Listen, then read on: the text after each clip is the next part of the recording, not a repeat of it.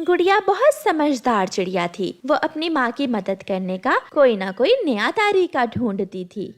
माँ, आप इतने स्वादिष्ट पकोड़े बनाती हैं। आप मुझे पकोड़े बनाना सिखा दें। मैं घर के पास ढाबा लगाकर पकोड़े बेचा करूँगी। ऐसे मैं अपनी माँ की मदद कर सकूँगी। बेटी, ये बहुत मुश्किल काम है। कैसे तू सारा सारा दिन पकोड़े बेचा करेगी? माँ, मैं कर लूँगी, आप चिंता ना करें। बस मुझे पकोड़े बनाना सिखा दें। फिर गुड़िया अपनी मम्मा से पकोड़े बनाना सीख लेती है। गुड़िया की एक सहेली थी जो गुड़िया के पड़ोस में ही रहती थी। जब गुड़िया की सहेली गुड़िया से मिलती है तो गुड़िया उसे बताती है, सहेली, मैं कल से अपने घर के पास ठेला लगाकर पकोड़े बेचा करूँगी। पकोड़े बेचा करेगी? ये काम तो गरीब पक्षी करते हैं, इतना छोटा सा काम तू करेगी?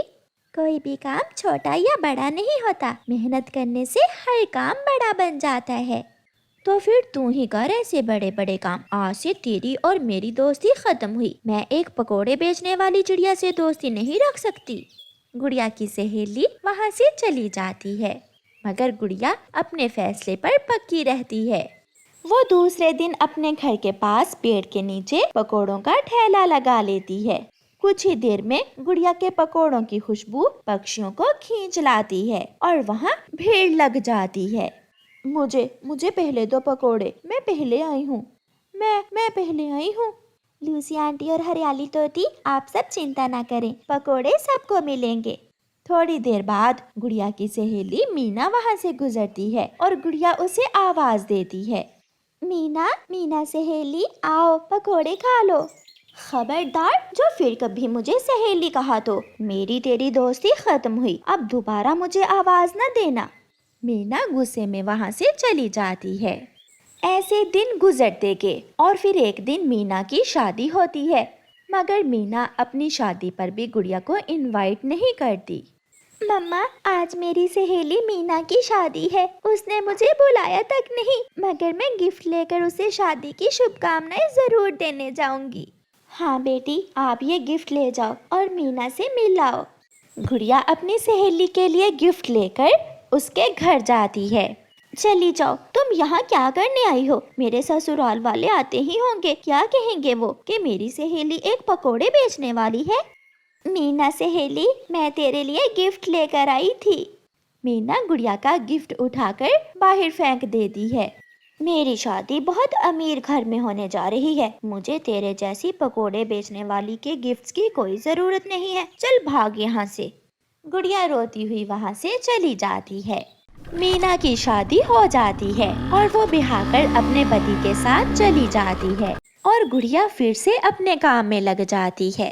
2-4 दिन तो मीना का पति मीना के साथ अच्छा व्यवहार करता है, मगर फिर वो मीना से लड़ाई शुरू कर देता है। उठ, अब तेरे पंखों की मेहंदी उतर गई है, जाओ मेरे लिए भोजन लेकर आओ। पति जी, आप तो बहुत अमीर हैं। माँ ने बताया था कि आपके अंगूरों के खेत हैं। वो सब तो मैंने शादी करने के लिए झूठ बोला था। जाओ अपना दाना खाओ और मेरे लिए ले आओ।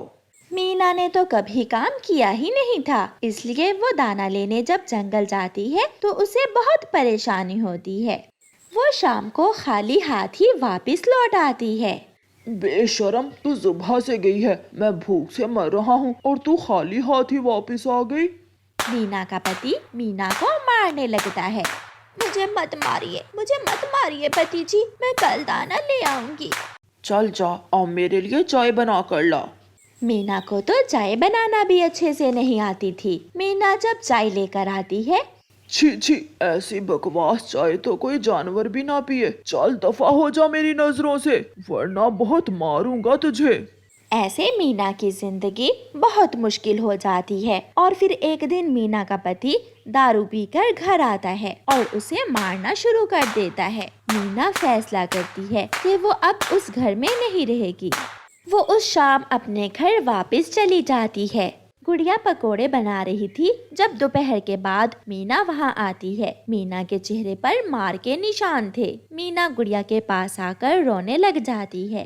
मीना सहेली, क्या हुआ? तुम रो क्यों रही हो और तुम्हारे चेहरे पर ये निशान कैसे हैं? गुड़िया सहेली, मुझे माफ कर दो, मैंने कभी तुम्हारी बातों पर ध्यान ना दिया था। अपनी जिंदगी में मेहनत करने की बजाय अमीर पक्षी से शादी करना चाहिए, मगर मेरा पति मुझे बहुत मारता है, वो मुझ पर बहुत अत्याचार करता है। चुप हो जाओ सहेली, आज से तू भी मेरे साथ यहाँ काम करेगी। जब मेरी सहेली मेरे साथ काम करेगी तो मेरे पकोड़े और भी स्वादिष्ट बन जाएंगे। फिर ऐसे मीना अपनी सहेली गुड़िया के साथ मिलकर पकोड़े बेचने लगती है। प्यारे दोस्तों, इस कहानी को लाइक, अपने दोस्तों के साथ शेयर और चैनल को सब्सक्राइब करना बिल्कुल मत भूलना। आपका धन्यवाद। चिड़िया ने अपनी एक बकरी रखी हुई थी। चिड़िया की बकरी बहुत अच्छी बकरी थी। वो चिड़िया को दूध देती। चिड़िया अपनी बकरी के दूध से चाय बनाती और मीठी मीठी खीर। जब भूख लगती तो दोनों चिड़िया और उसकी बकरी अपने भोजन की खोज में चली जाती। बकरी बकरी, हम नदी के पास जाती हैं, तुम वहाँ से हरी भरी घास खा लेना और मैं दाना ले लूंगी। चिड़िया चिड़िया, आज फिर वो बिल्ली मुझे घूर घूर कर देख रही थी। बकरी, तुम छोड़ो उस बिल्ली को, और हाँ, अगर कहीं रास्ते में वो बिल्ली मिले तो रास्ता बदल कर गुजर जाना। दोनों भोजन लेने चली जाती हैं।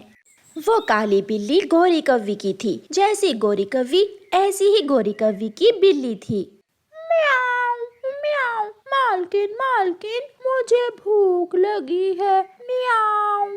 तुम बिल्ली हो, किसी का भी भोजन चुरा कर खा सकती हो। जाओ और किसी के घर से कुछ चुरा कर खा लो। मैं तो चली अपना दाना लेने। वो बिल्ली घर से निकलती है। वो सीधी तोते के घर में जाती है। तोता घर पर नहीं था। बिल्ली तोते का अमरूद खाती है और मियाऊं मियाऊं करती हुई वहाँ से भाग जाती है। रास्ते में जाते जाते गोरी कव्वी की बिल्ली को फिर से भूख लग जाती है। म्याऊं, ये घर चिड़िया का है और मेरी मालकिन गोरी कव्वी को चिड़िया बहुत बुरी लगती है। मैं आज चिड़िया के घर से भी भोजन चुरा लेती हूँ। मालकिन बहुत खुश होगी। म्याऊं। ऐसा सोचकर गोरी कव्वी की बिल्ली चिड़िया के घर में जाती है और चिड़िया का रखा हुआ सारा ही दूध पी लेती है। जब गोरी कव्वी की बिल्ली चिड़िया के घर से निकल रही थी तो चिड़िया की बकरी उसे देख लेती है। ये बिल्ली यहाँ क्या कर रही है? ये जरूर हमारे घर से कुछ चोरी करने आई होगी। बकरी भाग कर जाती है और अपनी मालकिन चिड़िया को बताती है। मालकिन मालकिन चिड़िया, वो बिल्ली हमारे घर से निकल कर जा रही थी। मैंने उसे देखा है। वो हमारे घर क्या लेने आई होगी? चिड़िया और बकरी जल्दी से घर जाती हैं। पी गई, वो दुष्ट बिल्ली मेरा दूध पी गई। आप अभी जाइए मालकिन और उस बिल्ली के मालकिन कव्वी को जाकर बताइए। चिड़िया गोरी कव्वी के पास जाती है। कव्वी, तुम्हारी ये बिल्ली मेरे घर से मेरा दूध पी कर आई है, इसे समझा लो। अगर दोबारा ये मेरे घर गई तो मेरी बकरी इसे बहुत मारेगी।